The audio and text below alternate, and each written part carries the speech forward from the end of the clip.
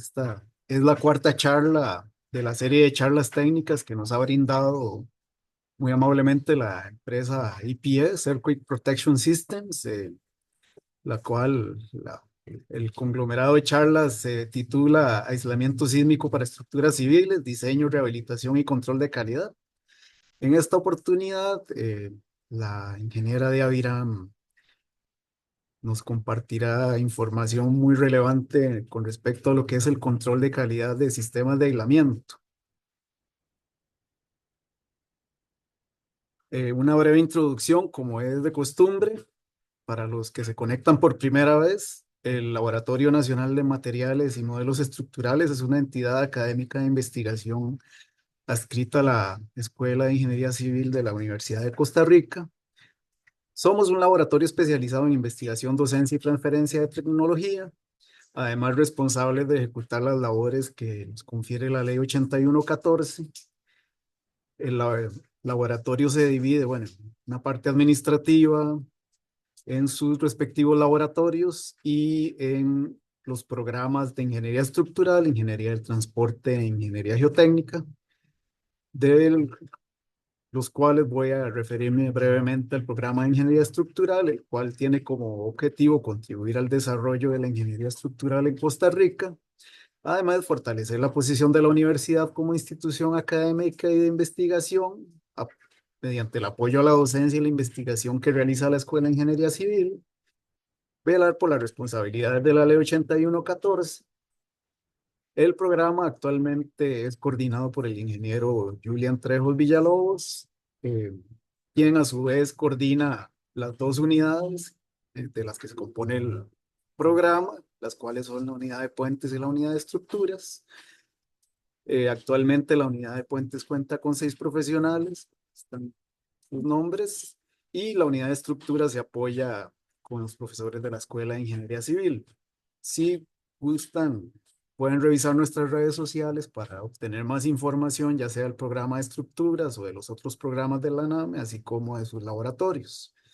Ya entrando en materia, el objetivo general de esta serie de charlas es presentar teoría de aplicaciones de sistemas de aislamiento en estructuras civiles. En esta cuarta charla, el objetivo es brindar recomendaciones para ensayos de aisladores sísmicos. Vale la pena mencionar, disculpen, que el webinar de hoy está relacionado con temas de capacitación mencionados en el Manual de Puentes 2024, el cual fue oficializado a inicios de este año, específicamente el 3 de febrero. Y para finalizar esta breve introducción, acá hay un muy breve resumido currículum de nuestra expositora del día de hoy, la ingeniera de Avirán. Su formación académica, como lo pueden ver, inició en la Universidad de Costa Rica y luego se trasladó a Berkeley, California, Estados Unidos, para continuar con su maestría y su doctorado. Eh, Su experiencia profesional muy resumida, bueno, trabajó mientras estuvo en Berkeley como investigadora, luego diseño estructural, sabemos que tanto en Costa Rica como fuera de Costa Rica se ha desempeñado como diseñadora, además como consultora independiente y actualmente la directora regional para la empresa APS o Earthquake Protection Systems en Europa. Muchas gracias por su asistencia. Nada más, antes de cederle la palabra a Adi, un par de anuncios. Esta charla está siendo grabada para posteriormente ser subida a los canales de la NAME, perdón, específicamente en el canal de YouTube, donde también muy amablemente Adi ofreció compartir la presentación. Y además, bueno, si hay estudiantes recibiendo la charla y requieren un certificado de participación para efectos de horas conferencia, por favor que el nombre que aparece en la aplicación Zoom sea su nombre y no iPhone 5 o iPad 4, porque así es más fácil extender la certificación. Entonces, sin más preámbulo, le cedo la palabra a Adi. Muchas gracias, Adi, por exponer de nuevo estos temas tan interesantes. Igual extender Agradecimiento a Carlos y a Marija, que también dieron las otras charlas. Esperemos que sea de mucho provecho para los participantes. Perfecto. Buenos días a todos. Muchas gracias nuevamente a la NAME por organizar esta serie de charlas informativas sobre el diseño, ensayo e implementación de aislamiento sísmico para la funcionalidad continua de obras civiles. Vamos a ver, voy a compartirles nuevamente mi pantalla. Ahí está, ¿la pueden ver? Ahora sí. Perfecto. Sí, Sí, excelente. Entonces, como ya hemos cubierto el tema de diseño de aislamiento sísmico para edificios, para puentes y proyectos de rehabilitación sísmica, hoy vamos a abarcar el último, pero muy importante tema de los ensayos de los aisladores sísmicos. Entonces, vamos a ver. Siguiente. Ok. En la charla de hoy vamos a repasar rápidamente los fundamentos de aislamiento sísmico y lo que es el diseño específico para la funcionalidad continua de estructuras después de terremotos. Vamos a hablar nuevamente de alguna pequeña comparación de los dispositivos de aislamiento disponibles en el mercado, hablar de la importancia de la durabilidad y la confiabilidad de las propiedades de diseño a largo plazo y durante la vida útil de una estructura aislada. Vamos a hablar de desempeño adecuado, vamos a mostrarles algunos ejemplos y también deficientes de aisladores sísmicos. Luego viene lo que es la clasificación de ensayos de aisladores sísmicos y tenemos ahí lo que son ensayos de calificación de fabricante y sistemas de aislamiento, los ensayos de control de calidad y los ensayos de prototipo. Entonces vamos a abarcar esos tres tipos de ensayos y hablar de las normativas que se usan actualmente. Voy a dar muchos ejemplos de ensayos de aisladores, enfocando más que todo en los ensayos que la empresa ha realizado a lo largo de unos 30, 40 años. Y rápidamente mencionar la importancia del mantenimiento, la inspección y, si fuera necesario, el reemplazo de aisladores. Entonces, nuevamente, resaltando que la resiliencia sísmica, o sea, realmente lograr la funcionalidad continua de estructuras, no se logra automáticamente con la implementación de aisladores sísmicos debajo de una estructura o debajo de una cubierta de puente, sino que es muy importante cómo se diseña la estructura protegida, ahí entra el criterio de diseño, cuál es el dispositivo que se selecciona para esa estructura, que tiene que ser confiable a largo plazo, tiene que tener capacidades de reserva para lo que es desplazamiento y también capacidad cortante y la importancia del uso del estándar, de un estándar de producto riguroso, como los que voy a mostrar a continuación.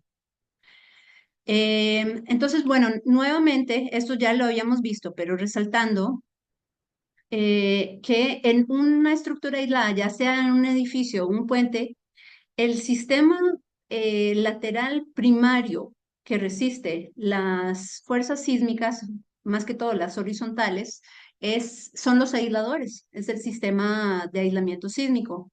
Por lo que tenemos que asegurarnos de que tengan una buena confiabilidad, una buena caracterización de sus propiedades mecánicas para poder garantizar los objetivos de diseño de esa estructura. Entonces, nuevamente recordándoles que lo que es funcionalidad se concentra más en una activación inicial o una capa relativamente flexible del sistema de aislamiento que permite proteger la estructura o la superestructura en el caso de puentes. En puentes también queremos también reducir las demandas en lo que son las columnas de puentes y las fundaciones, también con el objetivo de reducir los niveles de daño y lograr lo que es la funcionalidad continua. Entonces, en la charla de hoy vamos a enfocar muchísimo en el tema de la confiabilidad de los aisladores a largo plazo para lograr los objetivos de diseño de esa estructura. Entonces, vamos a hablar de un montón de temas, de fallas, de problemas, más que todo con el afán de mostrar de que cualquier dispositivo que se use tiene sus estados límites, tiene sus limitaciones, tiene sus modos de falla y se requiere caracterizar adecuadamente sus propiedades mecánicas bajo una serie de condiciones de servicio, sismo, viento o otro tipo de exposición ambiental para realmente saber cómo diseñar la estructura protegida y cuál es la probabilidad de colapso que va a tener para reducir ese riesgo. Recordando también nuevamente que cuando se trata del diseño de puentes, tenemos lo que son los códigos de AASHTO, más que todo el AASHTO GSID, el Guide Specification for Seismic Isolation Design, y también están lo que son los diseños por el RFD de otros componentes del puente. Aparte de eso, nosotros también hacemos uso del Seismic Isolator Standard. Es un estándar de aislador sísmico que tenemos varias décadas de uso, que garantiza o busca garantizar la funcionalidad de una estructura aislada, ya sea puente o edificio, a través de una serie de recomendaciones para el diseño de la estructura y también para el ensayo de los aisladores sísmicos. Ese estándar también es compatible con el ASC 7 para edificios, que nuevamente recordándoles que la mayoría de los capítulos del ASC 7 están enfocados en estructuras ordinarias, pero cuando se trata de estructuras ya sea especiales, de categoría de riesgo 3 o 4, cuando son esenciales, tenemos que recordar que el capítulo 1 de la ASC 7 busca reducir la probabilidad de riesgo de colapso a valores menores para lograr incrementar la confiabilidad de la estructura y asegurar su desempeño bajo condiciones hasta de sismo máximo considerado. Y para eso, este estándar establece una serie de limitaciones para el diseño de la estructura en cuanto a las derivas laterales, las aceleraciones espectrales de entrepiso y el diseño de la estructura para lo que es comportamiento elástico, o sea, limitando la ductilidad en los elementos estructurales. Eso es con el objetivo de que la mayoría de la demanda sísmica lateral se absorba en el sistema de aislamiento y la estructura protegida eh, se comporte prácticamente como un cuerpo rígido y no sufra mucho daño, mucha deformación interna, ni tampoco aceleraciones de entrepiso que resulten en el daño de componentes no estructurales y estructurales, así como equipo y contenido sensible a aceleraciones. Aquí nuevamente un pequeño repaso de que habíamos presentado en las charlas anteriores. Tenemos varios sistemas de aislamiento que existen hoy en día en el mercado. Ya tiene muchas décadas de uso, es una tecnología relativamente madura. Entre estos tipos de apoyos tenemos los elastoméricos, que son comenzando por el caucho natural sin núcleo de plomo, que es Natural Rubber Bearings, comportamiento lineal. Tenemos lo que son los aisladores de bajo amortiguamiento, alto amortiguamiento, con una curva histerética de esta manera. Tenemos los que son muy populares, los de caucho natural con núcleo de plomo. Y nuevamente recordando que los péndulos de fricción que fueron inventados hace unos 40 años por la empresa EPS tienen un montón de diferentes generaciones, diferentes patentes, número de curvaturas y desde hace unos 20 años, desde que comenzaron a expirar las primeras patentes, ya en el mercado existen muchas empresas que también fabrican péndulos o le llaman sliding concaves, que tienen otras características a veces geométricas, usan otro tipo de materiales y para cada uno de estos tipos de sistemas, la vez pasada habíamos mencionado que tienen diferentes características, diferentes limitaciones y ese tipo de comparación es importante a la hora del diseño. Sin embargo, ahora en esta charla de hoy vamos a enfocar en las características relevantes a los ensayos. Cada uno de esos dispositivos tiene otros temas, otras consideraciones, otros modos de falla que hay que considerar. También hay que entender que el comportamiento, por ejemplo, de los apoyos triples, en este caso con detalles de EPS, hay que evaluar lo que son modos de falla, el comportamiento a diferentes niveles o a diferentes fases de su respuesta. Igualmente, para los apoyos de otro tipo, elastoméricos o deslizadores, es importante considerar diferentes etapas, diferentes shear strains, esfuerzos acortantes, diferentes niveles de carga sobre esos diferentes aisladores. El tema de materiales, sí vamos a entrar un poquito más en detalle.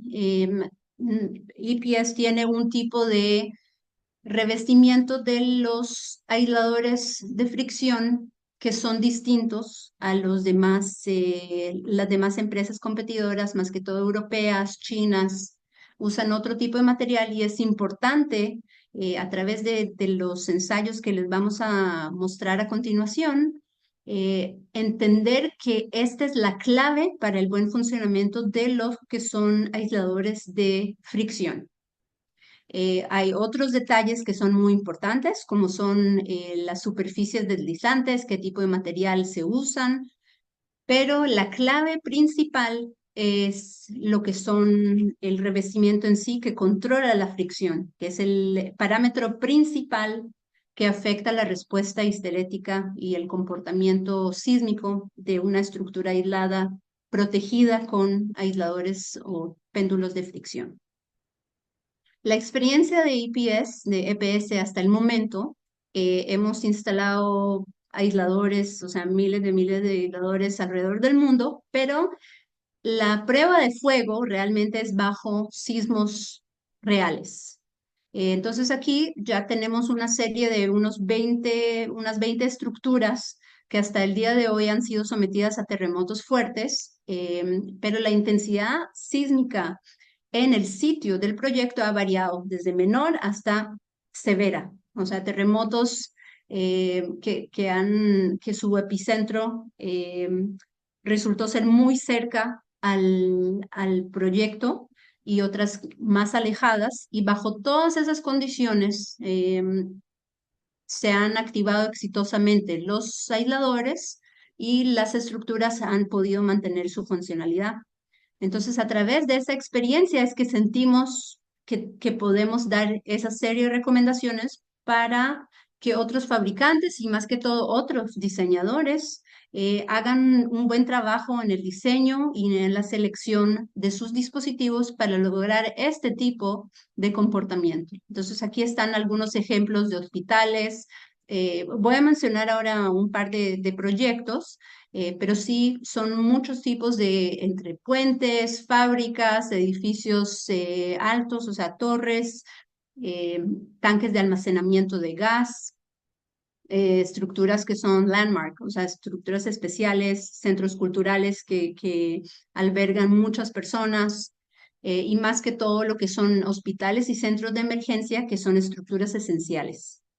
Entonces, aquí el primer ejemplo que les voy a mencionar es el de el Hospital de Adana, que en el terremoto del 2023 de Turquía se encontraba a unos 140 kilómetros del epicentro y tenía una demanda equivalente a un sismo de servicio. Entonces no fue muy alta, pero igual se activó el aislador y a través de la instrumentación de acelerógrafos que se han instalado por debajo y por encima del sistema de aislamiento, podemos lograr demostrar una reducción real que se llevó a cabo a través del sistema del plano de aislamiento. Entonces podemos ver en naranja cómo se redujo la demanda de aceleraciones y aquí es una estimación del cortante basal que sin y con aisladores, ¿verdad? Entonces logramos ver que había una reducción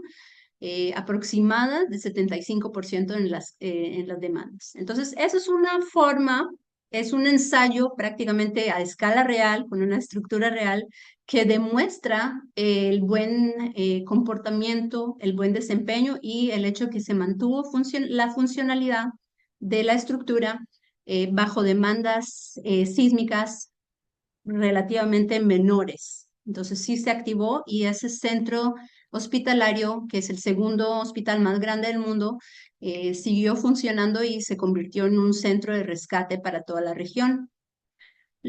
Algo similar pasó con el centro de respuesta de Acapulco, que se encontraba a 9 kilómetros del epicentro de un terremoto de magnitud 7.1. Y en este caso no no había strong motion sensors, o sea, no habían sensores de instrumentando acelerógrafos, pero sí después de terremotos de sismos fuertes, hacemos una serie de inspecciones y en este caso una inspección interna donde se evaluó cuánto fue lo que se desplazó los aisladores y realmente por qué lograron mantener su funcionalidad inmediatamente después del terremoto. Ahora voy a mostrar una serie digamos, desempeño deficiente de algunos proyectos, de algunos aisladores. Eso no es con el afán de criticar ningún sistema específico, ni una empresa específica, ningún fabricante, sino que para demostrar la importancia de una buena caracterización de los aisladores para poder evitar este tipo de desempeño que no consideramos que fue óptimo. Entonces, en este caso, nuevamente en el terremoto de Turquía de 2023, varios aisladores o varios hospitales aislados, el sistema de aislamiento no se activó adecuadamente, ya sea que no se activó o tenía una activación tardía. Y el problema es que estos hospitales sí estaban diseñados para la funcionalidad continua y resultaron en daño más que todo no estructural, que definitivamente requirió la evacuación de varios de esos hospitales o una reparación más extensa que demoró varios días o hasta varias semanas y impidió la funcionalidad continua. Aquí tenemos algunos otros casos del hospital de Christchurch que no se activó. De este caso, aquí si pueden ver mi cursor, vamos a entrar un poco más en detalle sobre este caso de Italia, una serie de 180 edificios diseñados con otro tipo de péndulos de fricción, que realmente las fricciones están mucho más elevadas de las propiedades de diseño. Voy a mencionar rápidamente unos proyectos que en el terremoto de Northridge, algunos no se activaron adecuadamente y por otro lado, los que son de alto amortiguamiento sufrieron un tipo de reducción debido a las altas demandas de los aisladores, una reducción en su rigidez y demoraron muchas semanas en recuperar esas propiedades originales. Y aquí tenemos un gran aeropuerto en la China que bajo cargas gravitacionales y debido a la falta de ensayos de control de calidad de sus aisladores, cientos de aisladores resultaron en daño tipo pandeo y bulking, o sea, donde se aplasta la sección debido a la falta de ensayado de esos elastoméricos. En el Japón, la experiencia más que todo es con apoyos elastoméricos tipo caucho con núcleo plomo y de alto amortiguamiento. Y aquí está también la importancia de lo que es la inspección, porque cuando hay unas pequeñas grietas se van propagando con el tiempo y en general pueden haber algunos daños combinando amortiguadores con aisladores que hay que siempre revisar. El conjunto esté bien mantenido, no tenga daño para que a la hora de un sismo real se comporte como fue diseñado. Y aquí nuevamente mencionar algunos péndulos, aisladores pendulares sin los detalles que nosotros recomendamos, que podrían resultar en un riesgo muy alto de colapso. Claramente son muy planos y para la sismicidad de Latinoamérica, eso sí puede exceder, debido a la incertidumbre que existe en lo que son los sismos en nuestra región, eso sí pueden resultar en un alto riesgo de colapso. Entonces, la importancia ahí es la buena caracterización de estos aisladores y en caso de que tengan capacidad limitada, poder ofrecer y brindar medidas de seguridad adicionales para evitar el colapso global de la estructura. En Japón, nuevamente, la experiencia con elastoméricos ha llevado a una serie de innovaciones muy fuertes que todavía siguen para poder superar y evitar cualquier tipo de fallas que desafortunadamente siguen siendo muy persistentes en los apoyos elastoméricos. Esa innovación busca reducir este tipo de riesgo. Los ensayos es una manera también de controlar hasta cierto punto este tipo de fallas y por otro lado algunos detalles, algunas innovaciones en cuanto a los materiales, aditivos que se usan y configuraciones de apoyos elastoméricos para tratar de evitar todo tipo de falla. Ahora en junio va a haber una conferencia muy interesante en Europa y vamos a tratar de conseguir un poco más de información sobre un tema que es el tema de envejecimiento y exposición ambiental. En la charla de hoy, debido a que tenemos toda esa información de nuestros productos, les vamos a presentar lo que se ha realizado, lo que EPS ha realizado en cuanto a esta evaluación. Estos son apoyos por otros fabricantes y vamos a ver, esperamos aprender mucho de esta sesión de un día completo durante este seminario. Ahora sí, vamos a entrar en, primero que todo, una buena clasificación de los ensayos de aisladores sísmicos. Los ensayos se pueden clasificar básicamente en tres tipos diferentes de ensayos. Primero existe lo que son los ensayos de calificación. En el caso de la AASHTO, para puentes le llaman caracterización.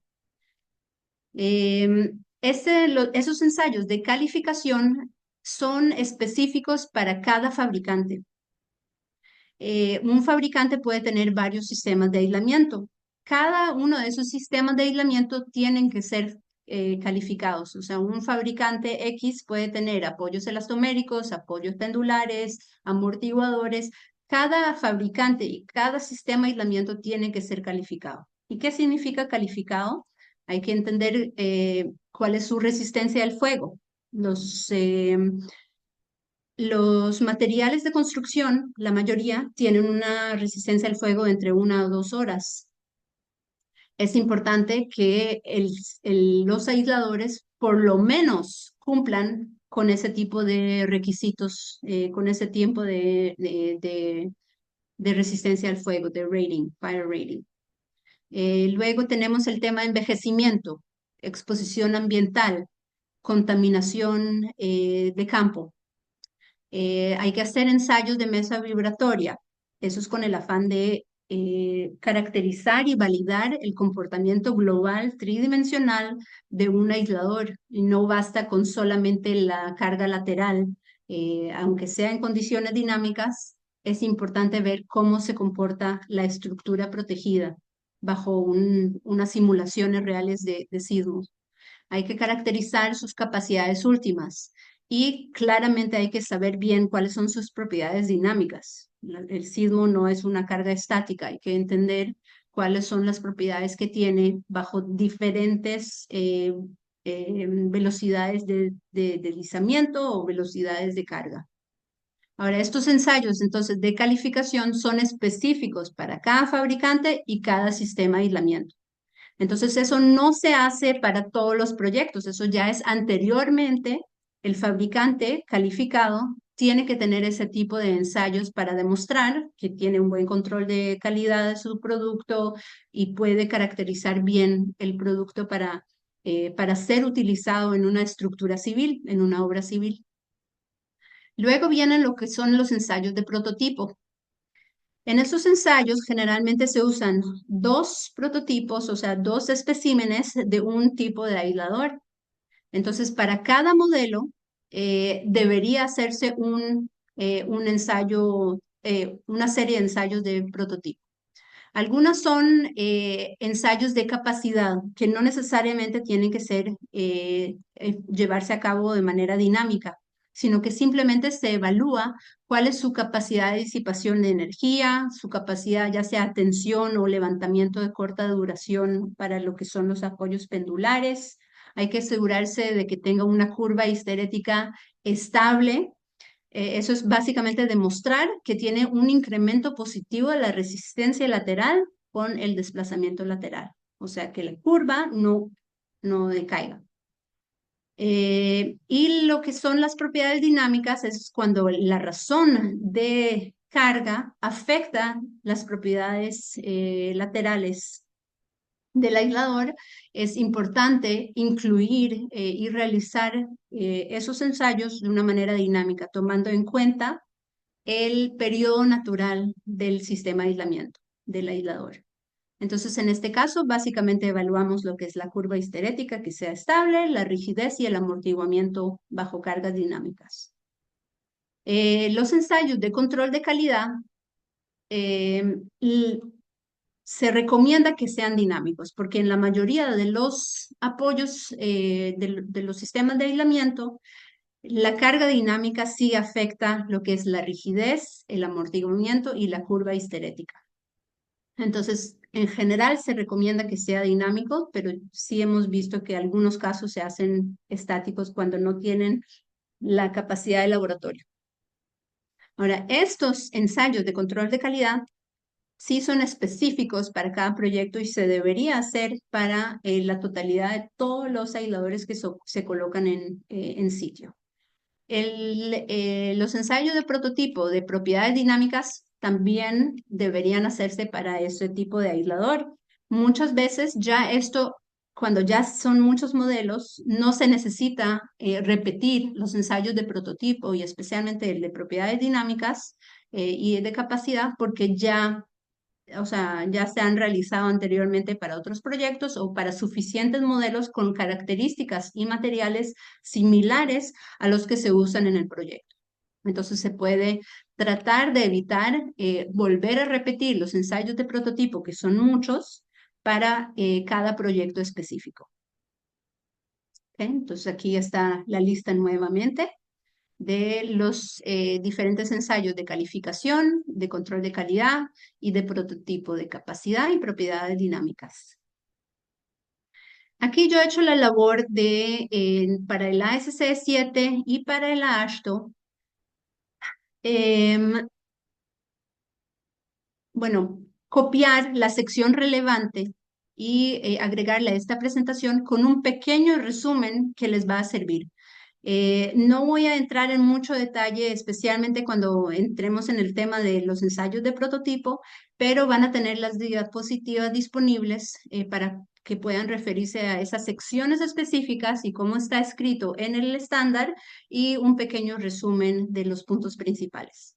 Entonces, en cuanto a los ensayos de calificación de la SC7 y de la AASHTO, en general es el ingeniero responsable del proyecto que define y aprueba los ensayos de calificación. Ahora, esos ingenieros generalmente no son expertos en el tema de aislamiento sísmico, entonces no conocen bien a fondo todos los detalles específicos de los sistemas que están considerando para el proyecto.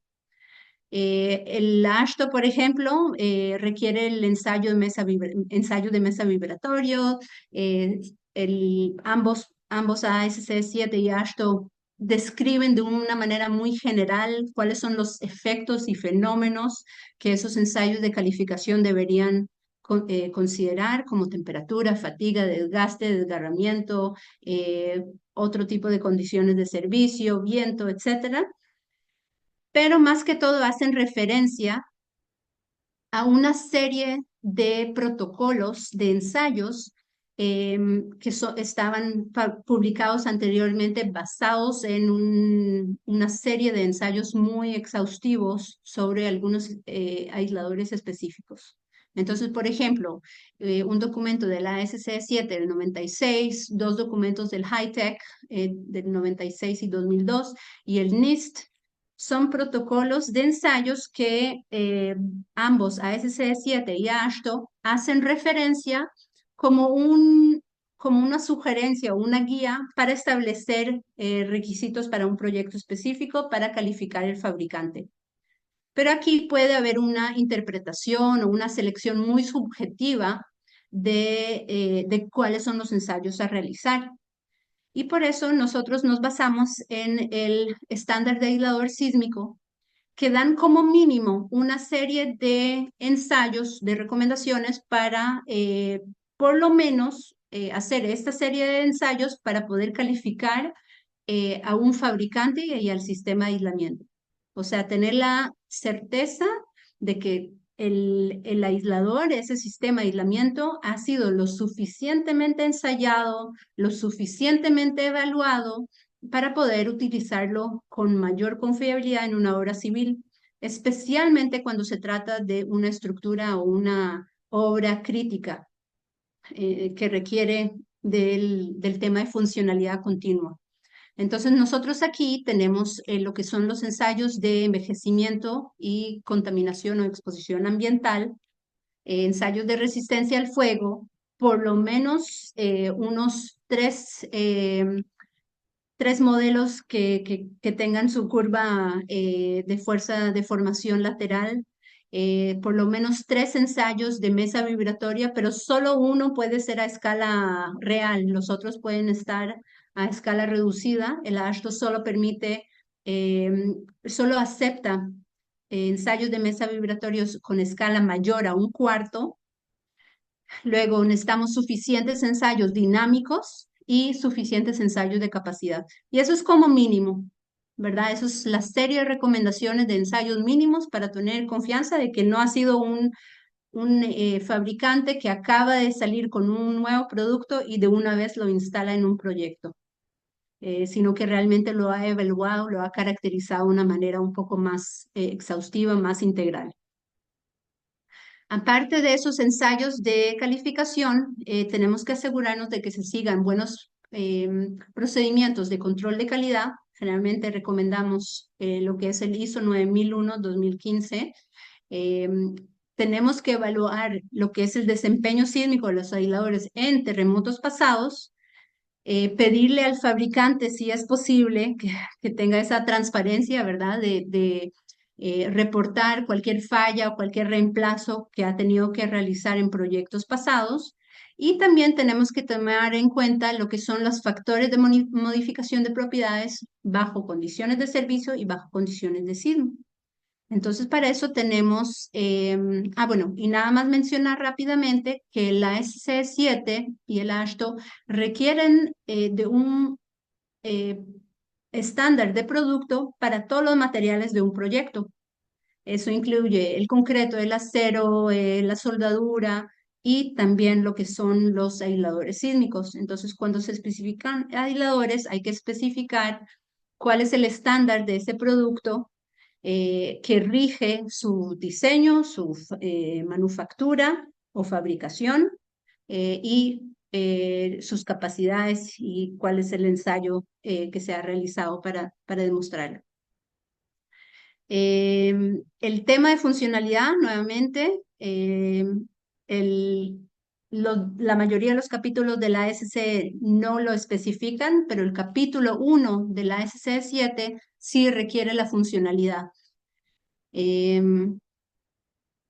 Y para eso, para lograr lo que son los objetivos de funcionalidad, tenemos que establecer una serie de factores de seguridad.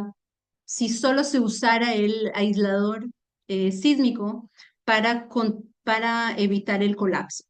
Entonces, nosotros recomendamos una serie de factores de seguridad para el desplazamiento entre por lo menos 1.2 o 1.5 o más con respecto al sismo que se considera como sismo de diseño. Y lo mismo, capacidades para el cortante. Porque si no, si solo nos basamos, si el riesgo de colapso solo se puede evitar a través del sistema de aislamiento sin reservas adicionales, sin medidas de seguridad adicionales, ese es el tipo de riesgo de colapso que puede haber. Es unas inestabilidades o colapsos que pueden ocurrir en los dispositivos de aislamiento.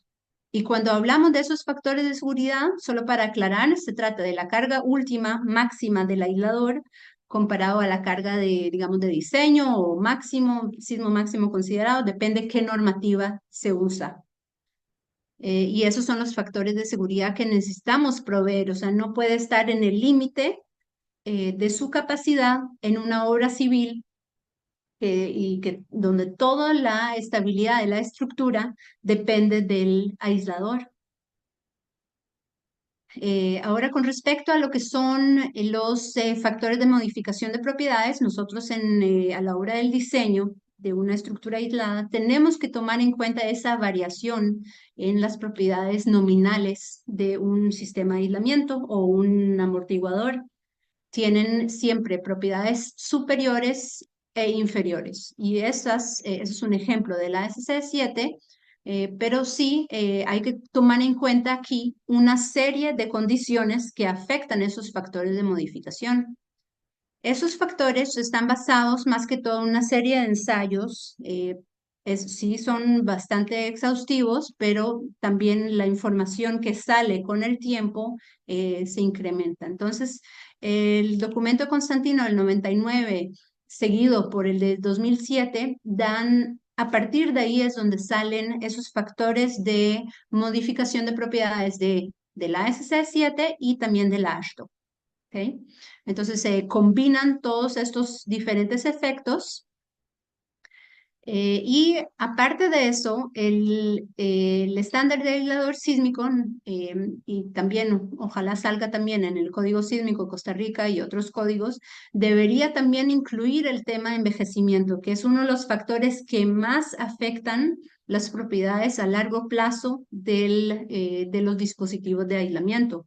Entonces, sí se hacen ensayos, no de envejecimiento acelerado, simulando los efectos de degradación de un dispositivo, sino que realmente bajo condiciones donde estaba instalado en servicio en un proyecto, cuando tenemos mayor información, ya podemos reducir ese factor adicional y tener mayor confiabilidad en las propiedades de diseño. Pero si no tenemos ese tipo de información bajo condiciones reales, la incertidumbre que existe a la hora de ampliar las propiedades nominales en el diseño es muy alta y puede andar en el orden de 2 a 3 veces los valores nominales. O sea, es una variación muy significativa donde podemos tener 3 veces el cortante basal en una estructura que fue diseñada para un nivel y más bien absorbe una demanda mucho mayor a la que no fue diseñada. Y tenemos que limitar ese riesgo de que ocurra algo así, que pueda resultar en un daño excesivo de más que todo estructural y un mayor riesgo de colapso de la estructura completa. Entonces, cuando se trata de la SC7, estos lambda factors, esos factores de modificación, lo tenemos para diferentes sistemas de dispositivos y para fabricantes desconocidos y conocidos. Y ahí se van combinando o se hacen los ensayos, se recibe directamente del fabricante cuáles son sus propiedades de modificación. Y lo mismo con el AASHTO. Tenemos que combinar toda esta serie de factores de modificación, donde más que todo el envejecimiento es el que más afecta los apoyos, ambos pendulares y los elastoméricos. Contaminación ambiental depende del tipo del material de revestimiento, si es lubricado, si tiene un factor muy alto. Y los apoyos elastoméricos son menos susceptibles al tema de contaminación ambiental, pero sí son más susceptibles al tema de temperatura. Especialmente bajo condiciones muy frías, se van cristalizando rigidizando, mientras que los apoyos pendulares también nuevamente depende del material de revestimiento. El desgaste de apoyos pendulares y elastoméricos también depende del material de revestimiento. En general, perdón, para los pendulares, en general los materiales que se usan hoy en día, el problema no es tanto el desgaste del material, hasta para millas de recorrido, por ejemplo, en un puente, que tiene mucho tema de contracción y expansión de la cubierta del puente, sino que el tema principal es la variación de las propiedades dinámicas y estáticas de fricción para el diseño de la estructura. Entonces, no es el desgaste en sí lo que más preocupa, sino que los valores de fricción para el diseño. El tema de desgarramiento, voy a mencionarlo un poco más a continuación. Más que todo son los apoyos elastoméricos de alto amortiguamiento los que son más susceptibles a ese tema. ¿Sí? Ahora sí, en cuanto a los ensayos de IPS de calificación, a lo largo de los últimos 40 años, desde que se estableció la empresa, hemos realizado unos 50, casi 60 diferentes ensayos de calificación en alrededor de 15, 18 laboratorios independientes. Entonces, aquí está la lista, pero yo voy a mencionar algunos proyectos específicos para demostrarles algunos efectos diferentes de contaminación, exposición ambiental, envejecimiento, y mostrarles cómo pueden o no afectar el comportamiento del aislador. Entre los ensayos de calificación que hemos realizado son los que son más que todo enfocados en los materiales en sí. Aquí tenemos resistencia al fuego, sumersión, carga sostenida, desgaste, condiciones ambientales, temperaturas extremas. Y en cuanto a los ensayos de mesa vibratoria, hemos hecho numerosos ensayos sobre diferentes aplicaciones. El más reciente, voy a mostrar algunos videos de un ensayo de 2 niveles, un edificio prototipo a base de marcos y mampostería en una dirección y la otra, y el tema de funcionalidad, que también fue evaluado en un proyecto hospitalario, bueno, una estructura hospitalaria de 5 niveles. Pero sí hemos hecho ensayos sobre tanques, sobre el tema de muros de mampostería reforzada y no reforzada, puentes, marcos, etc. Esas son las instalaciones de la empresa y parte de las instalaciones tiene lo que es el laboratorio de ensayos. Entonces, muchos de los ensayos que la empresa ha realizado son in-house, están hechos en casa. En este momento sigue siendo el laboratorio de ensayos de aisladores más grande del mundo, pero en Japón ya están inaugurando estos días un nuevo laboratorio que va a superar por poquito y va a tomar el título del laboratorio más grande del mundo de aisladores. Entonces son 3 máquinas que tenemos in-house con una capacidad de 67 meganewton como máximo. Cuando existe la capacidad de ensayos a escala real, siempre se recomiendan, todos los códigos recomiendan hacer los ensayos, ya sea de prototipo, control de calidad, todo a escala real. Únicamente se permite el uso de especímenes a escala cuando la capacidad de las máquinas o del laboratorio es limitada. ¿Ven? Ok, ya está. Entonces aquí, ese es uno de los ensayos en esta máquina grande que les he demostrado.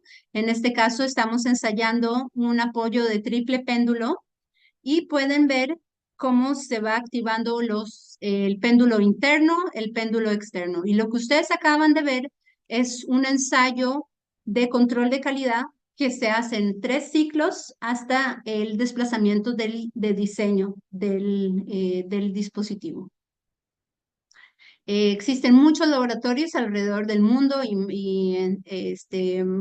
laboratorios de mesa y mesas vibratorias, y aquí está la lista de los principales que existen alrededor del mundo, y muchos de ellos, como la mitad, hemos utilizado para la calificación de nuestros dispositivos.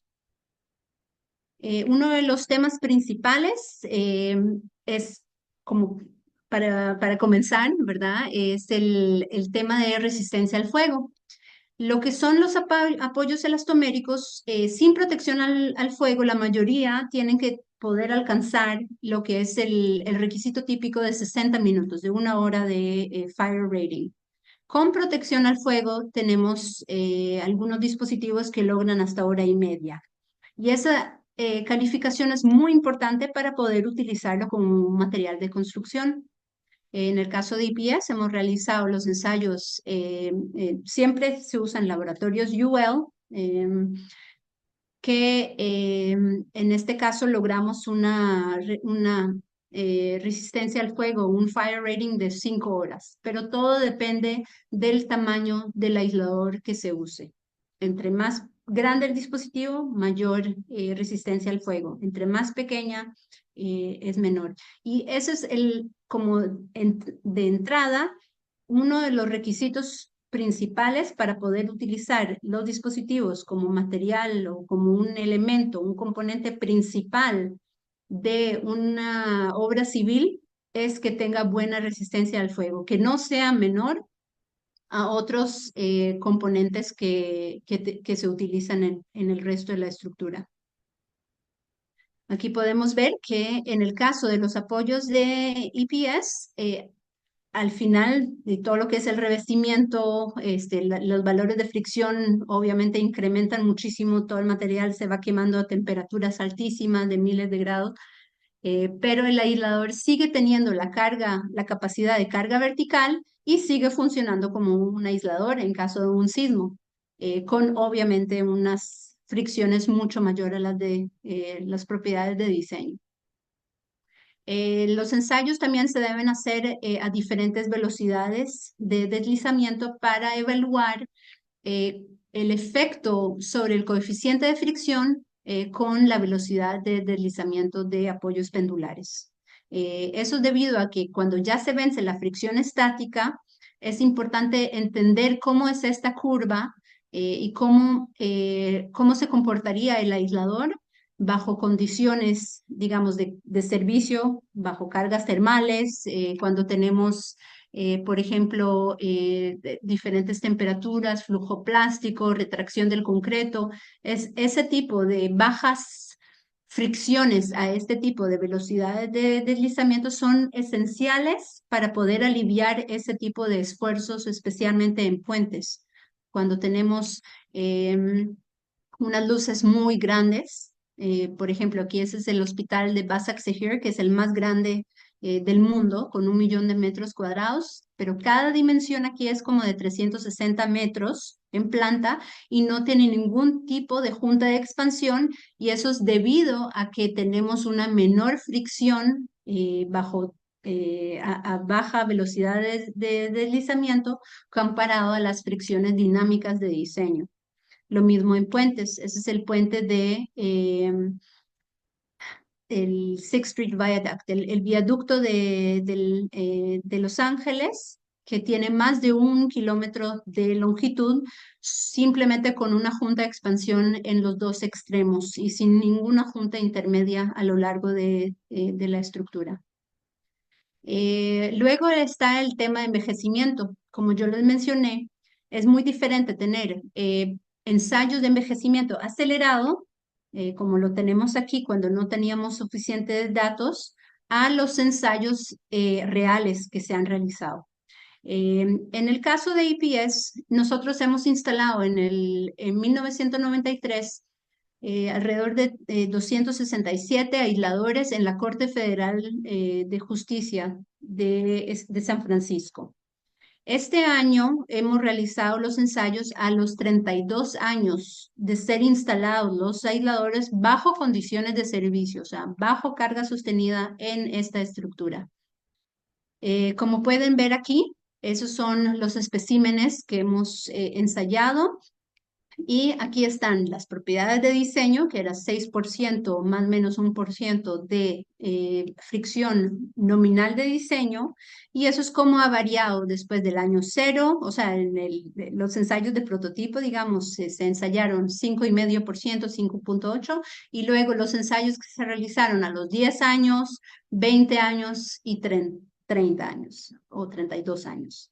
Y pueden ver que la variación de las propiedades de fricción eran, o sea, totalmente negligible, despreciables, por lo que las propiedades, o lo que son los factores de modificación de propiedades debido al tema de envejecimiento, se acerca a uno. O sea, después de 30 años, las fricciones que resultan son prácticamente iguales a las fricciones de diseño.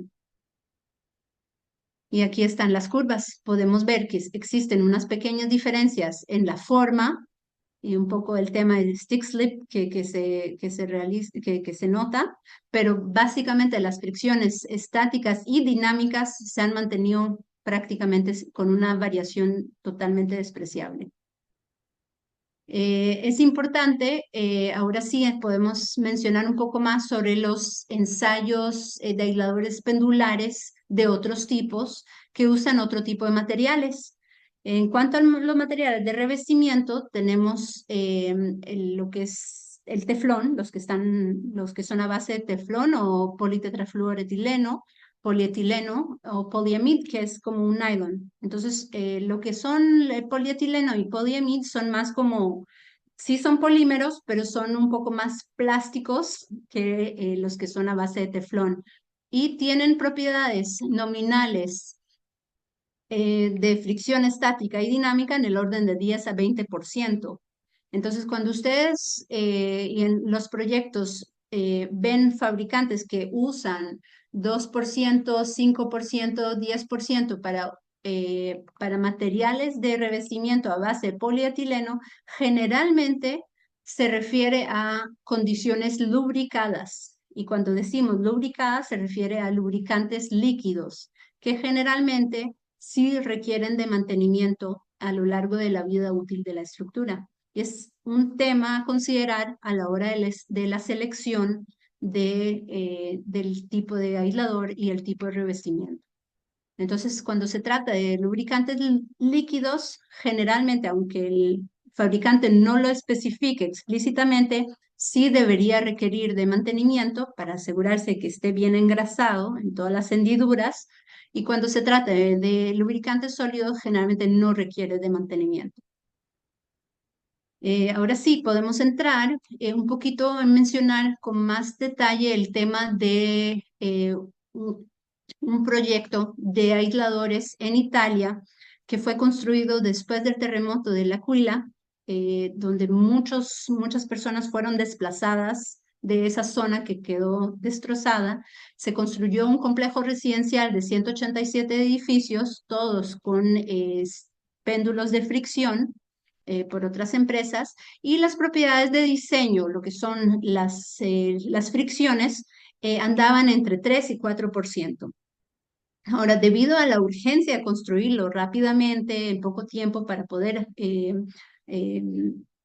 habilitar rápidamente los proyectos y albergar esas personas desplazadas, eh, se construyó con mucha urgencia y no se logró ensayar una gran cantidad de los aisladores de los dispositivos. Por lo que se realizaron posteriormente ensayos en sitio, justamente después de la construcción de los proyectos, y se retiraron muchos aisladores también para evaluarlos en el laboratorio. Entonces, en general, se encontró que las fricciones reales que fueron ensayadas fueron mucho mayores, hasta 20% de fricción, comparadas a los valores nominales de diseño de 3 a 4%. Y eso afectó muchísimo lo que es la estabilidad y la seguridad de los edificios.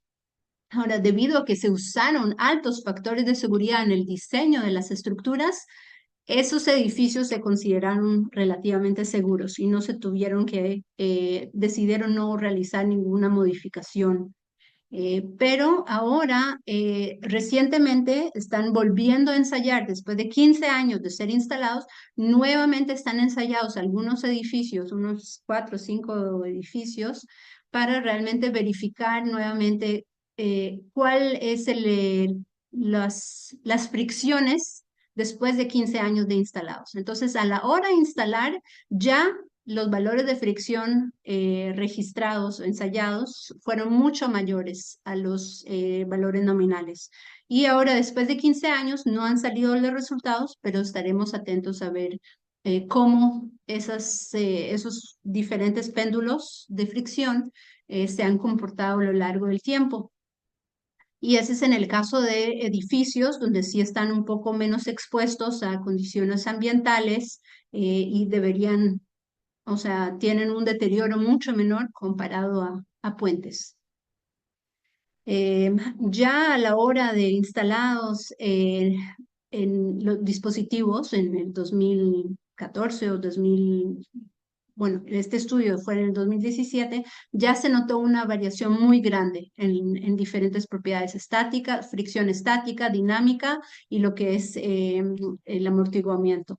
Entonces, vamos a ver después de 15 años cómo ha variado adicionalmente esos revestimientos, esas propiedades nominales de diseño.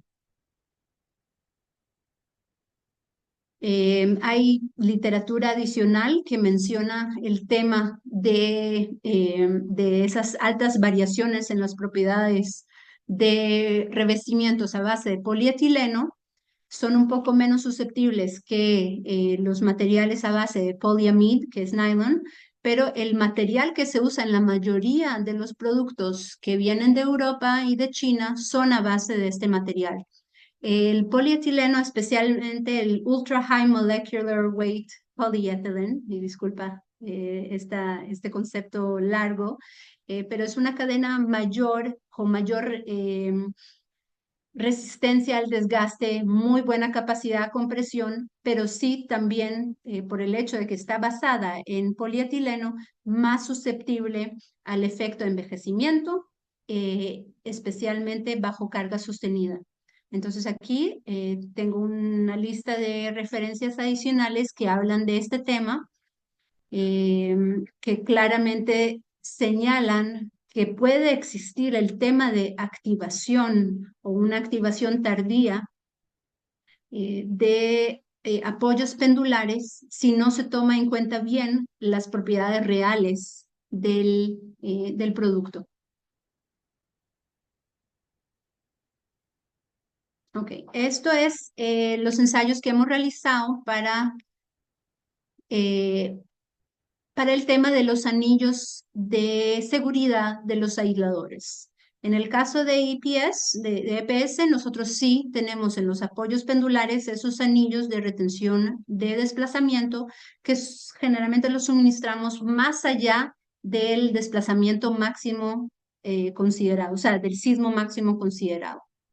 En el terremoto de Muisne de Ecuador, 2016, de magnitud 7.8, les vamos a mostrar el caso del puente de Bahía, que es uno de los pocos casos donde realmente durante condiciones de sismo se excedió la capacidad de desplazamiento del aislador y el aislador o el deslizador interno chocó contra los anillos de seguridad.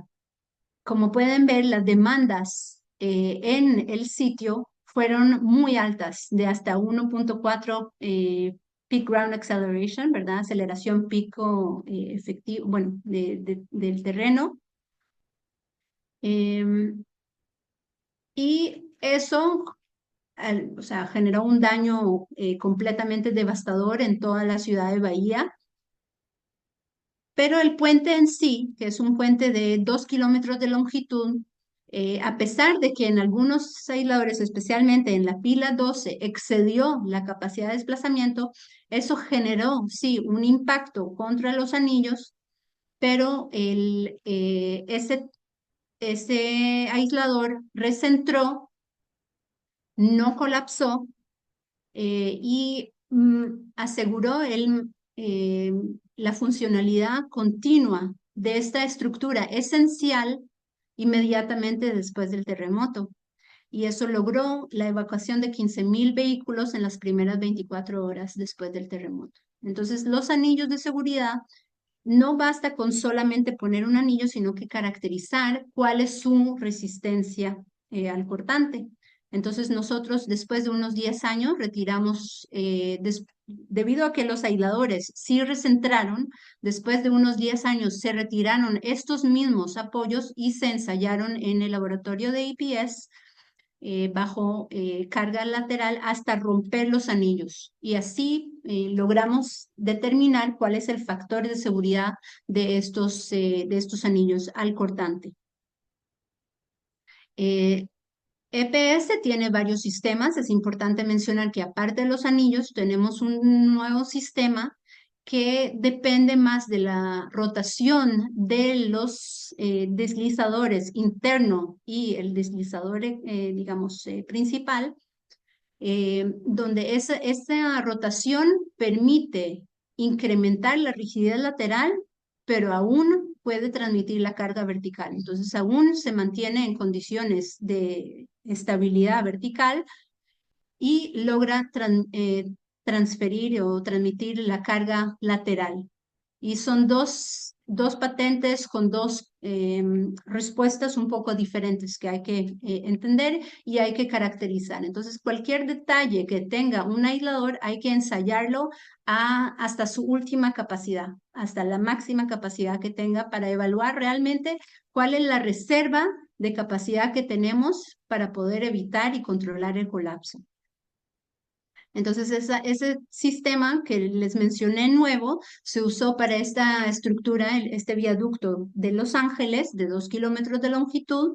Y en este caso, en el caso de Caltrans, del Departamento de Transporte de California, ellos diseñan el aislador como el componente más fuerte de la estructura y más bien tratan de fomentar o promover la formación de rótulas en las pilas, en este caso, esos son Y-bands en forma Y,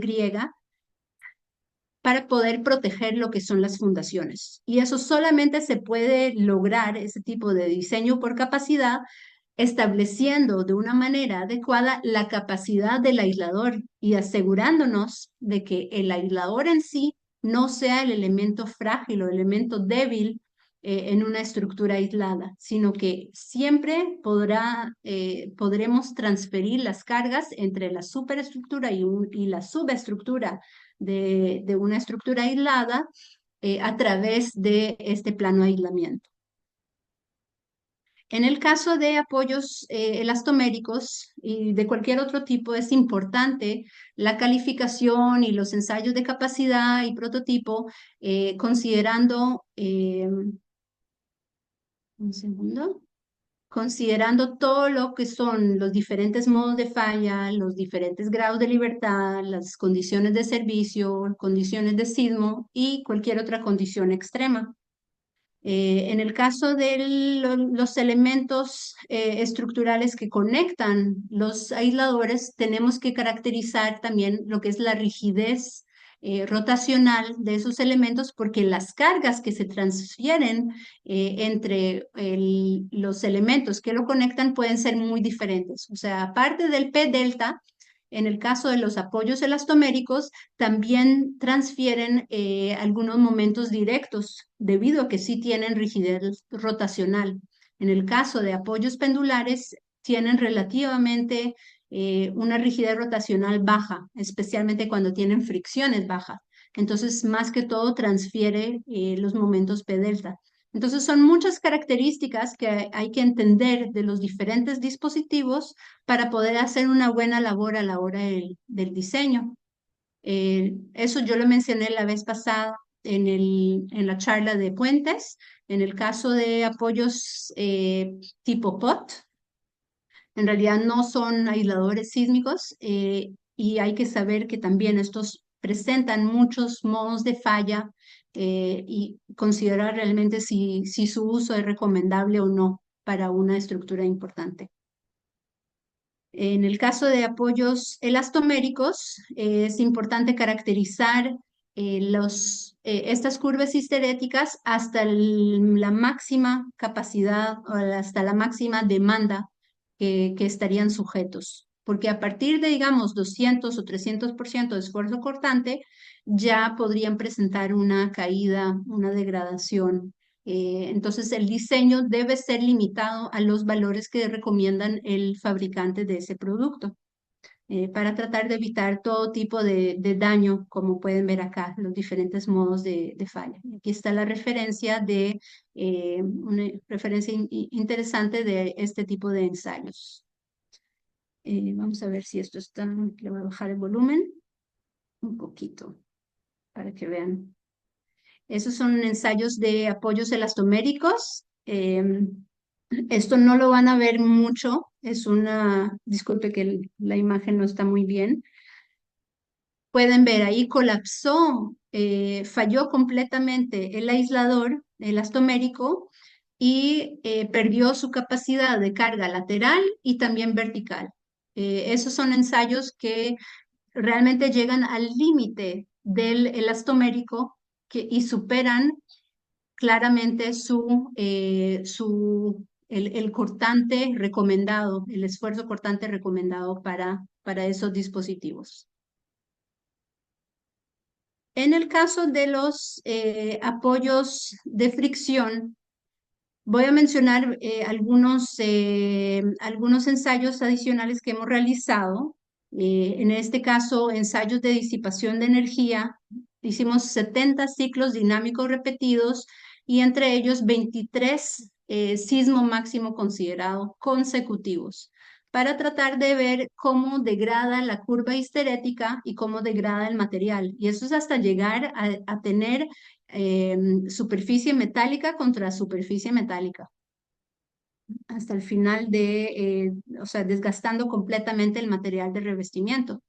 Entonces pueden ver aquí los primeros ciclos, eso es como un ensayo de control de calidad, 3 ciclos, y después seguimos ensayando y pueden ver después de 50 ciclos, todavía tiene un comportamiento muy estable, tiene muy alta capacidad de desgaste, pero ya después de casi 20 resto de sismos máximos considerados, ya podemos notar cómo el material de revestimiento se fue desgastando. Aquí ya notamos ese comportamiento stick slip, que es cuando tenemos reversión de carga, cómo incrementa significativamente la fricción dinámica, y cuando ya se gasta el material completamente, tenemos un incremento sustancial debido al comportamiento de metal con metal.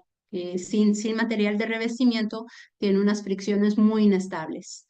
También medimos lo que son las temperaturas internas en el material, y después, para tratar de entender cuál es ese incremento de temperatura interna que puede soportar hasta llegar a degradarse completamente. Ahora, otros ensayos que hemos realizado son para el levantamiento de corta duración en los péndulos de fricción. En el caso de los apoyos elastoméricos, también tenemos que caracterizar lo que son las cargas a tensión, y en el caso de los apoyos pendulares, ese levantamiento de corta duración, debido a que no transfieren, son piezas separadas, ¿verdad? Que no están conectadas. Qué efecto tiene el levantamiento y hasta qué punto se mantienen estables bajo carga lateral y levantamiento. Ese fenómeno se produce más que todo en puentes, en la dirección transversal del puente o en edificios altos con una razón de esbeltez relativamente alta. Em, Tenemos, sí, se pueden usar algunos dispositivos que restringen la tensión. Aquí hay unos resortes que hemos visto que se están usando para amortiguar y también para incrementar la resistencia a tensión. Pero en general, en la mayoría de, por ejemplo, de proyectos de puente, no se recomienda para lo que es levantamiento de corta duración o tensión de corta duración, lo que son esos tension restrainers, porque restringen el movimiento de los aisladores. En el caso de los apoyos elastoméricos, se debería evitar la tensión porque tiene cualquier fractura que se podría producir en el elastomérico, acabaría con la resistencia lateral y vertical del aislador. Eh, Vamos a ver. Entonces, voy a concentrarme un poco. eh, bueno, aquí solamente mencionar que la resistencia a tensión de un elastomérico anda cerca del 5 al 10% de la resistencia a compresión. O depende del fabricante, pero el fabricante generalmente, la mayoría especificarían una resistencia a tensión relativamente baja de un 10% aproximadamente de su capacidad de compresión. Entonces se debería tratar de evitar en esos casos la tensión. En el caso de los apoyos de fricción, los hemos ensayado para la Corte eh, de Justicia de San Bernardino, California, que tiene demandas muy elevadas de sismo. Son dos, la falla de San Andreas junto con la falla eh, de San Fernando, si no me equivoco, que se junta justo en la ciudad de San Bernardino. Entonces aquí está uno de esos ensayos. Un segundo, le voy a bajar el volumen.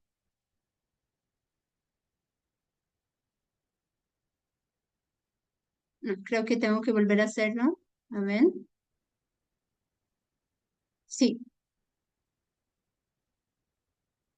ese sonido que escucharon es levantamiento, donde sí, ese sonido fue el impacto al bajar el aislador después de ser ensayado bajo carga lateral y levantamiento. Entonces vamos a ver otra vez. Eso fue, ese sonido. Luego, aquí tenemos también, también un ensayo de mesa vibratoria y ese sonido también fue el impacto con un levantamiento del aislador que cualquier otro sistema con ese levantamiento y sin anillos de seguridad hubiese colapsado. Entonces, nuevamente, rápido. Exactamente. Y esos son ensayos de mesa vibratoria. Por eso es importante que los ensayos no solo se realicen dinámicos, sino que también tomando en cuenta en una aplicación el comportamiento global de esa estructura que se evalúa.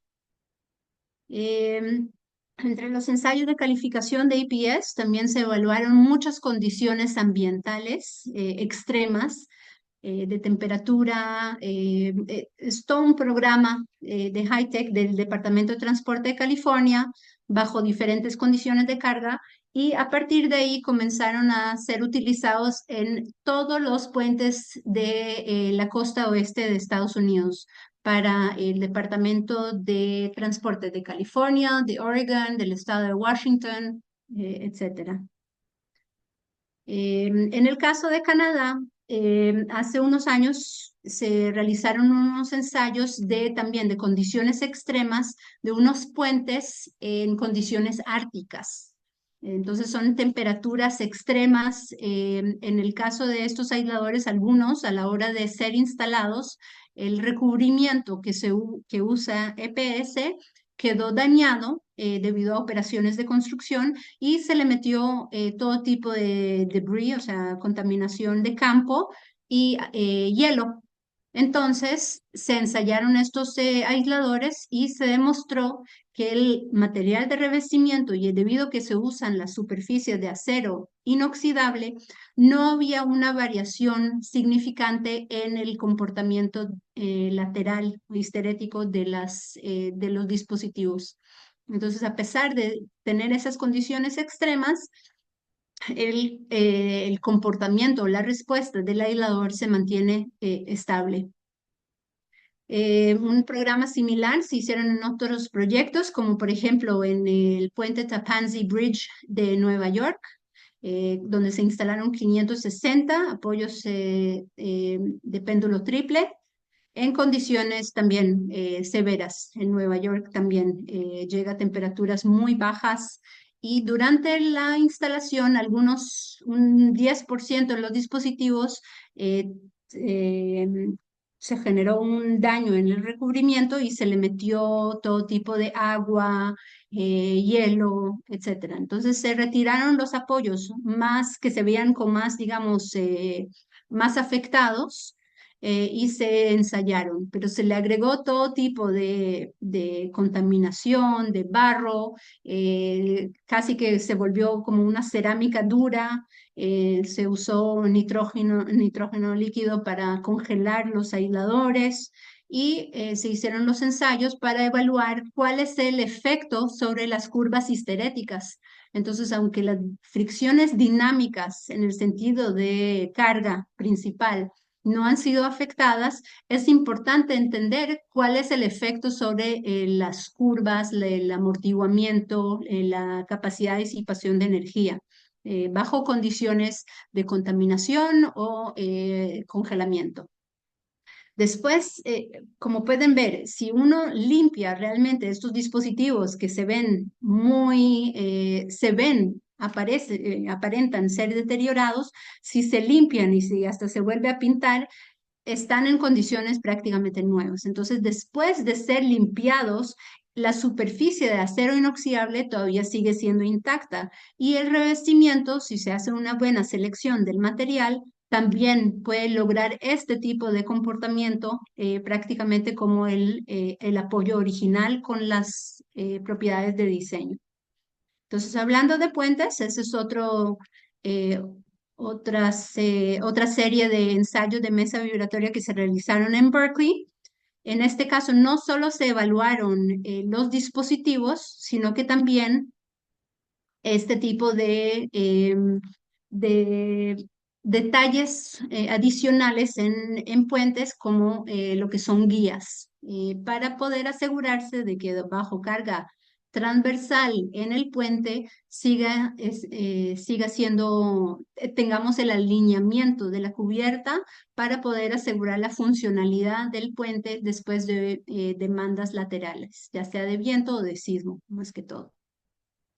Esa es una serie de ensayos que hemos realizado hace poco en Portugal de mesa vibratoria de un edificio de 2 niveles, también con el objetivo de mostrar la funcionalidad de una estructura aislada y la importancia de la activación inicial de los dispositivos para proteger el contenido y los componentes no estructurales de la edificación. Y eso es muy importante para cualquier tipo de estructura de edificio y especialmente para lo que son hospitales. Entonces pueden ver nuevamente la activación prácticamente así inmediatamente cuando empieza el sismo, que ayuda a asegurarse que internamente el contenido de la edificación se mantenga en su lugar. Este es el sismo de Turquía de 2023, de magnitud 7.8. Eh, Voy a adelantar un poco. Nuevamente pueden ver internamente, casi no se va a mover.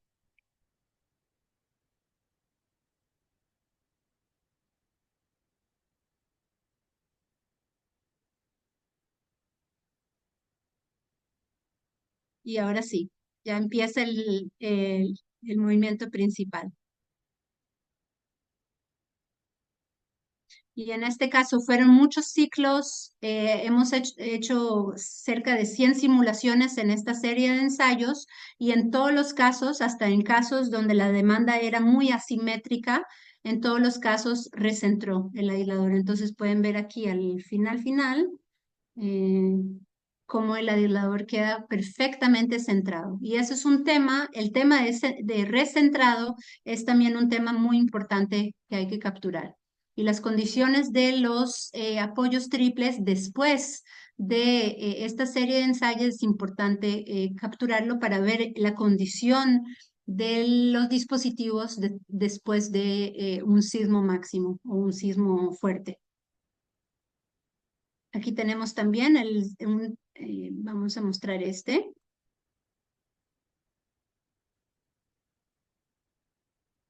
No, está pensando, a ver si este me funciona. Sí, esa es una estructura de 5 niveles. Pueden ver el aislador, también de triple péndulo. Y el cuarto internamente de una estructura hospitalaria real, con todo el equipo médico, se mantiene prácticamente en su lugar y obviamente cualquier cosa que esté sobre rodines se va a mover, pero la estructura en sí estuvo, digamos, prácticamente inmóvil.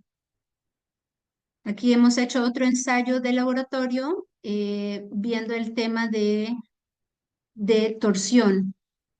Entonces pueden ver, 80% de la masa estaba sobre un lado de la estructura y el 20% sobre el otro, pero en el caso de apoyos pendulares no se transfiere o se reduce, se mitiga los efectos torsionales. En una estructura de base fijas, pueden ver, un segundo me salté mucho, pueden ver cómo el efecto de torsión puede resultar en un daño del sistema estructural. Ok, ahora, en el caso de los ensayos de control de calidad es importante realizarlos. El ASC7 y el AASHTO requieren que se hagan 100% de los ensayos, o sea, 100% de los aisladores del proyecto se ensayen, se le hagan los ensayos de control de calidad. Ahora, a pesar de que en la mayoría de los casos el ingeniero a cargo del proyecto debería aprobar el tipo de ensayo, generalmente para todos los proyectos se usan 3 ciclos completos con una carga promedio para el sismo de diseño como desplazamiento. Entonces yo lo que he hecho acá es hacer la labor de, nuevamente, de copiar todas las secciones relevantes para lo que son ensayos de control de calidad y también lo que son los ensayos de prototipo. Y aquí ya lo van a tener en las diapositivas y puedan referirse a las condiciones específicas de los ensayos que se requieren. Básicamente hay que ensayar eh, lo de control de calidad es muy sencillo. 3 ciclos, carga promedio, desplazamiento de diseño, no generar ningún tipo de daño en el aislador y esos son los aisladores que se instalan en el sitio. En el caso de los ensayos de prototipo, son muchos ensayos, muchas condiciones, bastante riguroso y en general no se debería usar esos dos dispositivos o dos especímenes para la construcción a menos que lo apruebe el ingeniero a cargo del proyecto. Nosotros en general no lo recomendaríamos a pesar de que no se debería llegar a mucho daño en el aislador, no se debería usar. Ahora, una cosa muy importante, en los ensayos de control de calidad y en otros ensayos, el efecto de scragging o desgarramiento o ablandamiento del aislador, es importante mencionar que el ASC7 y el AASHTO toman el promedio de 3 ciclos, mientras que la norma europea toma el tercer ciclo únicamente como las propiedades de diseño. Entonces, como que ignora las condiciones iniciales del aislador y solamente toma las condiciones estables. También otro tema es que las normas europeas no toman en cuenta el efecto de las altas demandas iniciales a cortante, que sí lo toma el AS7 y el AASHTO, que es básicamente empezar con ciclos grandes y luego llevarlo a ciclos más pequeños para poder demostrar y capturar la reducción en la rigidez del aislador debido a cargas altas al comienzo de la carga lateral. La norma europea en general llega solamente a ensayar los aisladores hasta lo que hasta lo que es el sismo de diseño. Entonces, en los ensayos de prototipo nunca llega a caracterizar o ensayar la carga al sismo máximo.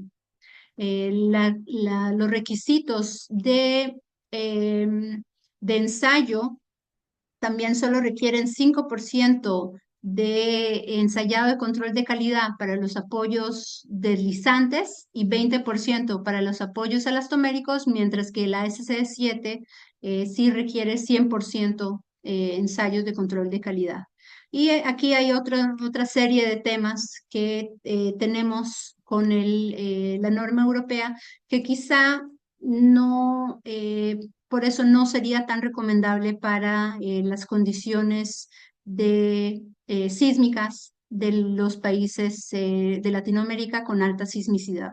Entonces son cosas que hay que tomar en cuenta a la hora de la selección de los dispositivos, pero más que todo, cualquier dispositivo puede ser adecuado si se toman buenas medidas de seguridad, si se caracteriza de una manera adecuada. Entonces hay un tema de lo que es en el ensayo y hay otros temas en cuanto a los materiales, algunos detalles geométricos y otros detalles del dispositivo en sí. Entonces, en las diapositivas van a tener toda esta información de los ensayos de prototipo. Aquí se los he resumido y pueden verlo con más detalle. Y finalmente, nada más una pequeña mención de lo que es los temas de inspección, mantenimiento y reemplazo. En general, para aisladores de bajo mantenimiento, por ejemplo, que no tienen lubricantes líquidos, nosotros recomendaríamos que se haga una inspección periódica cada 5 o cada 10 años o después de algún evento extremo, como por ejemplo fuego, sismo, algún huracán, alguna condición extrema. Los aisladores que sí requieren mantenimiento, por ejemplo, con lubricantes líquidos, simplemente hay que seguir las indicaciones del fabricante respecto al mantenimiento y a la inspección que requieren. En el caso de mantenimiento de los apoyos de EPS, nosotros usamos este tipo de recubrimiento a base, digamos, de hule, EPDM, es, Ethylene Propylene DM, monómero, y, y eso ayuda a proteger el aislador internamente bajo de diferentes efectos ambientales y contaminación de campo.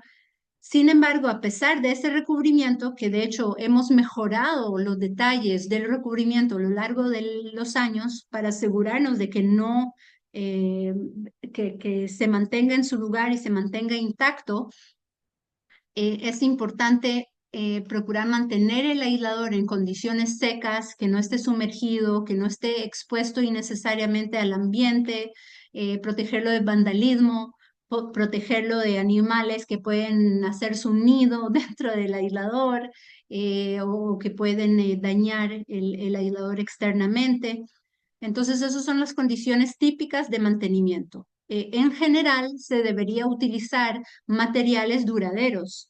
La norma europea, por ejemplo, permite el uso de cromo o zinc para las superficies deslizantes, especialmente para edificios. Sin embargo, hay que tomar en cuenta de que es una estructura que va a estar probablemente sin reemplazo de dispositivos por muchas décadas.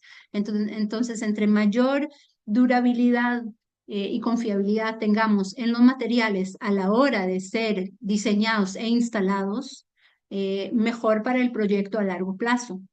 Eso es para poder evitar la necesidad de hacer un reemplazo. Entonces, obviamente tenemos el tema de vida útil en los apoyos elastoméricos, sí es un tema más importante. Después de unas 3, 4 o 5 décadas ya se deberían reemplazar porque se van rigidizando con el tiempo. Sin embargo, a veces se requiere un reemplazo anteriormente debido a alguna evidencia en sitio de algún deterioro, alguna falla o alguna preocupación que tengan. Y es importante dejar previstas en la estructura para permitir ese tipo de inspección y el posible reemplazo de los aisladores. Entonces, nuevamente, solo para resumir, que para lograr una buena resiliencia sísmica no basta con solamente instalar los aisladores sísmicos, sino que también hay que diseñar la estructura de una manera adecuada, buscando proteger todos los componentes estructurales, no estructurales, contenido, hacer una buena selección de los dispositivos de aislamiento y los dispositivos de amortiguamiento en caso de puentes si se combinan y tomar en cuenta su confiabilidad a largo plazo, asegurarse de buenas capacidades de reserva para el desplazamiento y para el cortante. Y si no existen buenas capacidades del aislador, proveer medidas de seguridad adicionales que evitan el colapso de la estructura. Y siempre, como para cualquier material, cualquier sistema estructural, cualquier dispositivo de la construcción, debería usarse un estándar del producto y una serie de ensayos que caractericen y califiquen adecuadamente el dispositivo y aseguren su calidad. Muchas gracias por su atención y creo que tenemos tiempo para algunas preguntas, si tuvieran. Muchas gracias, Adi. Muy interesante la charla con muchos casos de estudio. Eh, bueno, por el momento no hay dudas en el chat. Ahí a los asistentes si gustan, bueno, ya están llegando, pero yo tenía una tal vez para empezar. Eh, ¿Sí? para mí me quedó muy claro, bueno, que hay estructuras que se instrumentan, perdón, estructuras aisladas me refiero, y hay otras que no. ¿Qué tan recomendable es que se incluya instrumentación en estructuras aisladas? Porque al final y al cabo eso es un costo adicional para el propietario, ¿verdad? Entonces, si puedes Sí. comentar al respecto. Ujú. Sí, idealmente todas las estructuras aisladas deberían ser instrumentadas, pero en la práctica eso tiene no solo un costo elevado, sino que tiempo. Necesita de personas calificadas que puedan darle seguimiento a ese tipo de monitoreo estructural. No es fácil. Con el tiempo se va haciendo más accesible económicamente, con mayor experiencia y hay mayor número de implementaciones que lo llevan. Y es muy importante tener esa información para poder calificar el desempeño estructural de estructuras que tienen dispositivos tipo amortiguadores, aisladores, etcétera. Entonces, ese monitoreo es importante, pero en la práctica, especialmente en países como en Latinoamérica, es quizá menos posible que se realice, que se lleve a cabo de una manera exitosa, porque durante la vida útil de la estructura habría que monitorear ese sistema de Structural Health Monitoring, ¿no? Entonces, gracias a algunos proyectos que sí han sido instrumentados, nosotros hemos podido validar no solo a través de la ausencia de daño y evidencia de algún problema de deterioro estructural o el hecho que han mantenido su funcionalidad, sino que realmente a través de esa instrumentación hemos podido demostrar que realmente se activen de una manera adecuada esos dispositivos. Muchas estructuras no lo tienen. En Turquía, por ejemplo, el hospital de Adana fue el único de 11 hospitales que fue instrumentado con acelerógrafos. Algunos tenían scratch plates, pero en general ese tipo de monitoreo, algún tipo de monitoreo es importante. Si no lo tuviera, por lo menos la inspección después de sismos significativos es importante. Es una inspección externa y una inspección interna de algunos dispositivos de aislamiento para poder ver si realmente se activó, si realmente se desplazó el aislador o quedó intacto, como se ha visto en Turquía en algunos casos. Es lo mismo, se puede hacer a través de este tipo de monitoreo posterior a la construcción que han visto en ese proyecto de Italia, pero es extremadamente costoso hacerlo después de la construcción, hacer ese tipo de monitoreo en una estructura, tratar de movilizar el edificio completo. Y por ende, la importancia de lo que son los ensayos de control de calidad al 100% de los aisladores de producción para el proyecto.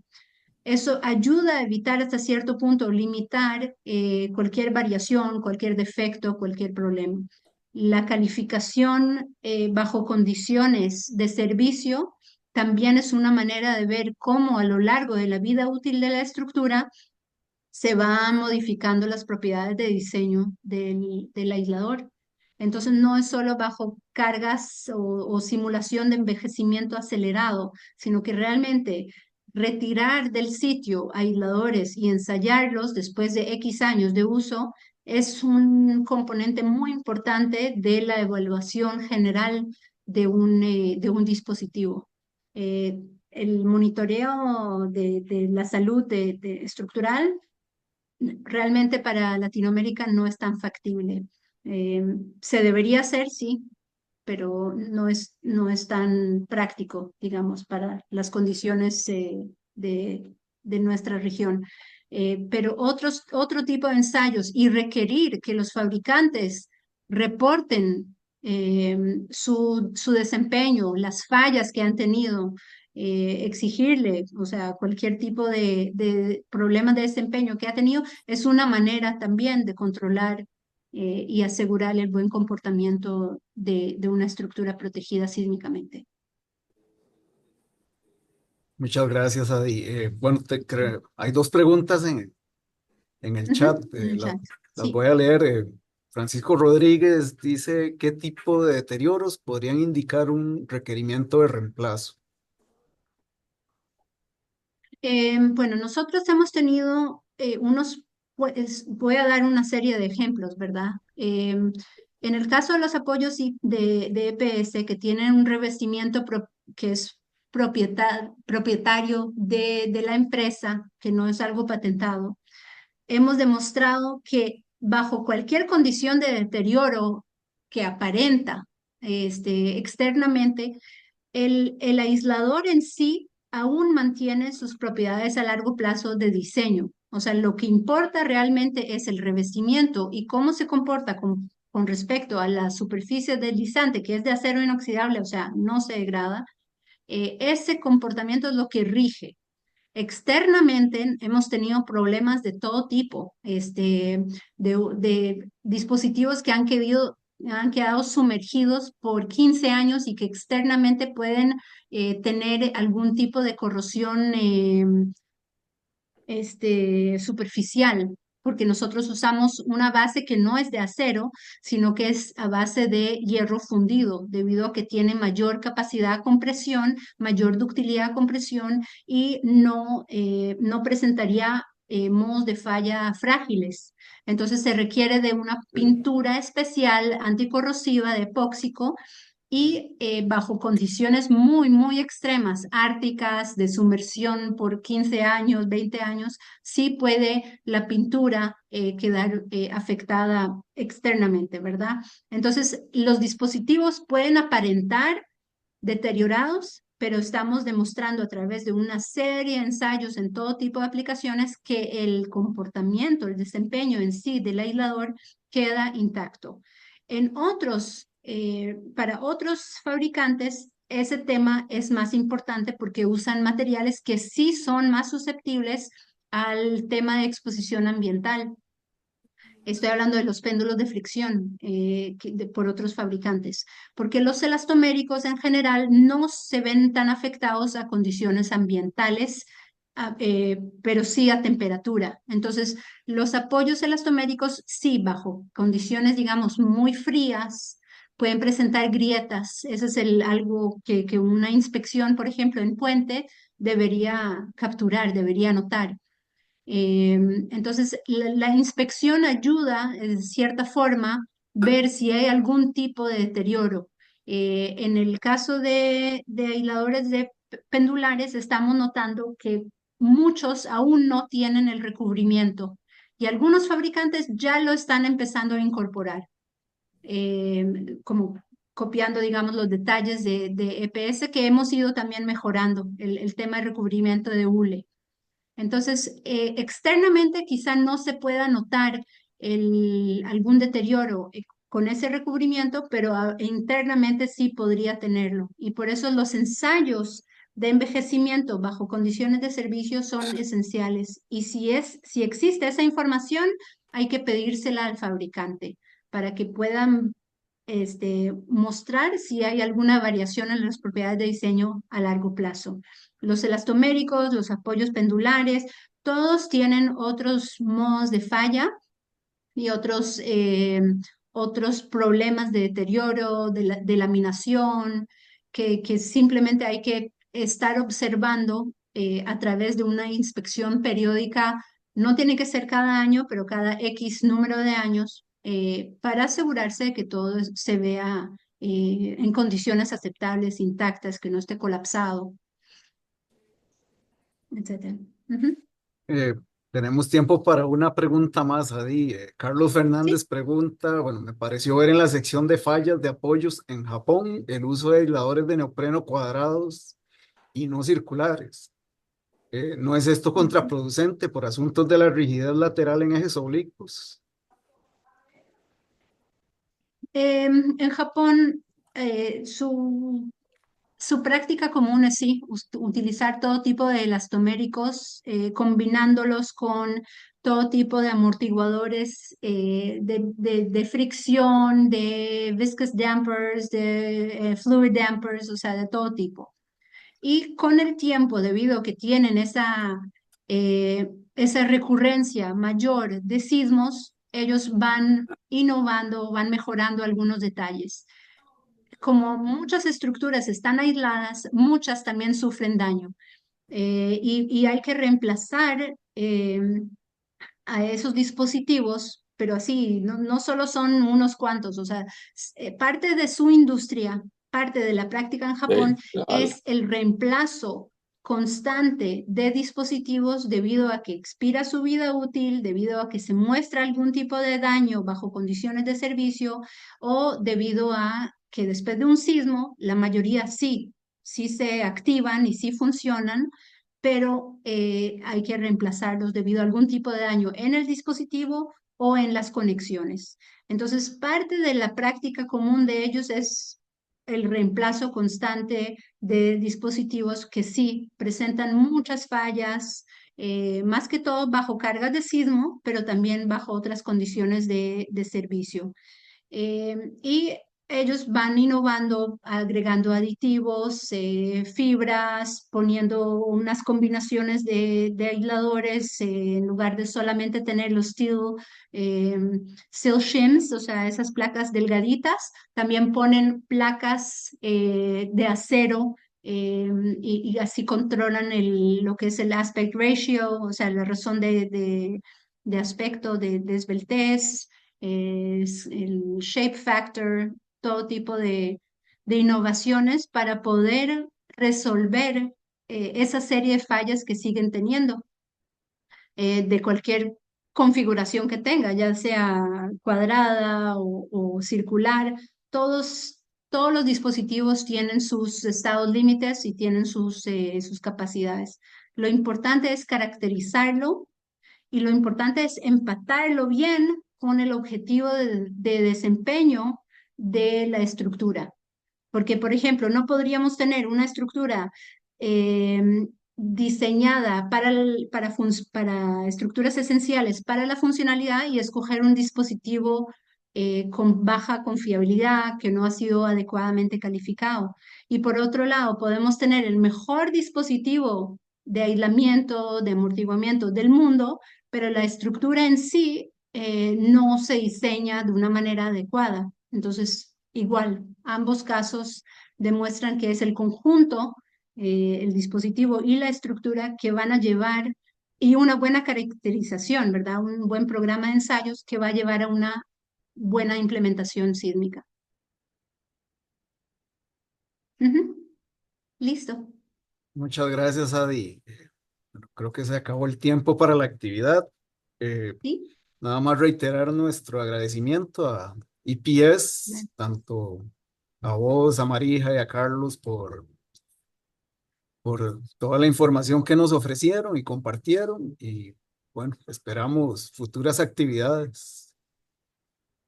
Claro que sí, muchas gracias a todos por su atención. Aquí tienen nuestra información de contacto, mía, de María o de Carlos Piscal. Y cualquier duda adicional que tengan, nos pueden escribir o llamar cualquier momento. Estamos a la orden.